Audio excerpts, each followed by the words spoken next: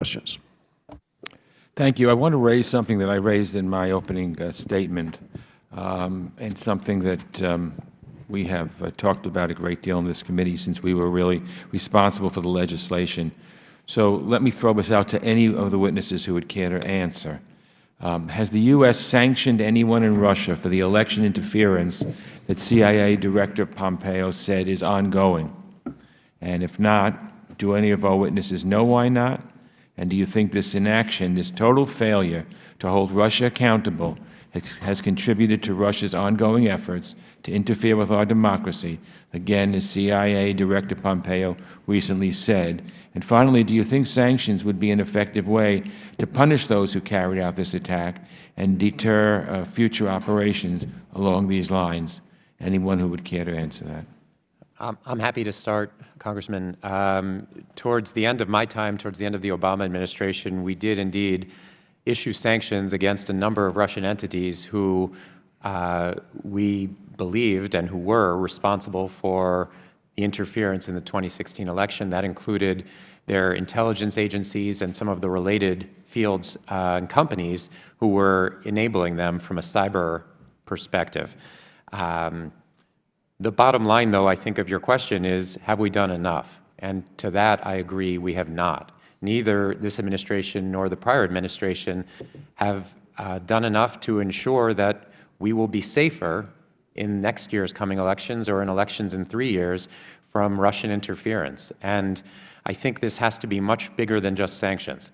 Yes, we should continue to put economic pressure on Russia, but as Juan was saying earlier, it has to be a whole-of-government approach, both in defending our electoral systems against cyber attacks and in making clear to Russia and other would-be interfering countries, this is unacceptable. Elections are at the core of our country, and if the American people lose faith, lose trust in the integrity of those elections, I frankly fear for what that does to our country. We have to make a strong stand.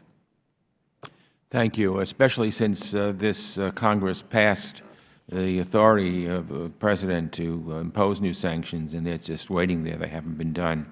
Anybody else? Mr. Zarate? Ranking Member Engel, I'd like to address a couple of your points. I'm a firm believer that sanctions can be incredibly effective in the cyber domain to deter actors who are willing to use malicious cyber activity to affect U.S. interests. This is a field, though, that grows more complicated as we have to then demonstrate with evidence and proof, both in the context of the application of sanctions and then the public disclosure, the attribution of the attacks. And so, though I'm a firm believer that we should be using sanctions targeted to dissuade and deter actors from affecting our democratic systems or trying to attack our systems, whether it's Russia, North Korea, Iran, all of which have done that very same thing, it has to be recognized that this is a more difficult task and often one filled with more sensitivities for the intelligence community. So I just want to mention that there's great promise in their use, but also great complication. Another point is I think it's critical that we think about the use of other sanctions programs to deter the Russians or any other actor that's trying to affect U.S. interests. This administration has designated Russian actors under other sanctions programs. For example, in aid of North Korea, there have been Russian entities designated. So I think that's an important dimension as well.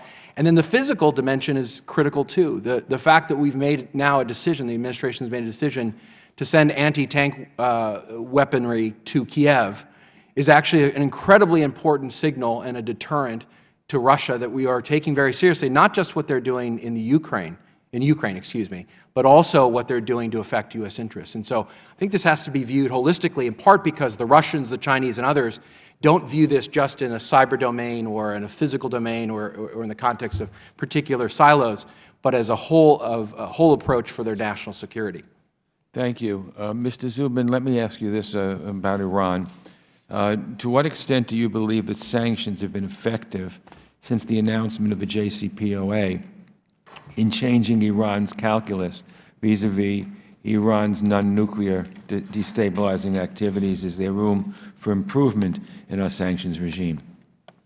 Well, there's always room to do more, and I am confident that my former colleagues at Treasury and across the administration are working very hard at identifying additional strategies and targets, whether on the ballistic missile side, on the support for terrorism, human rights, and on and on.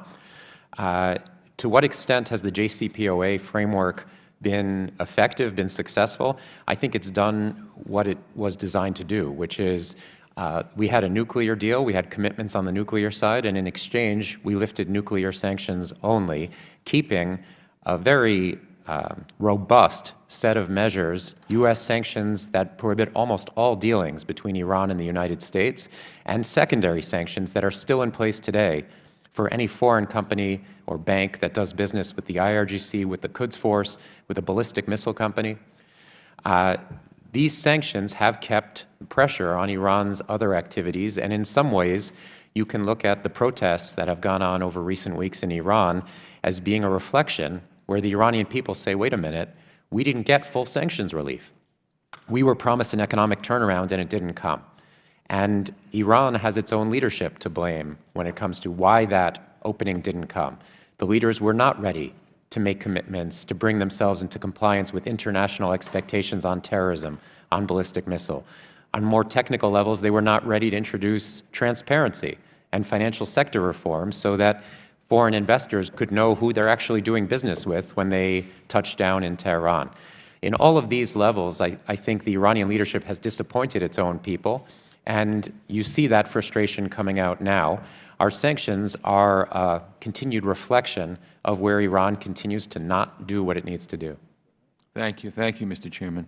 Thank you. We'll go to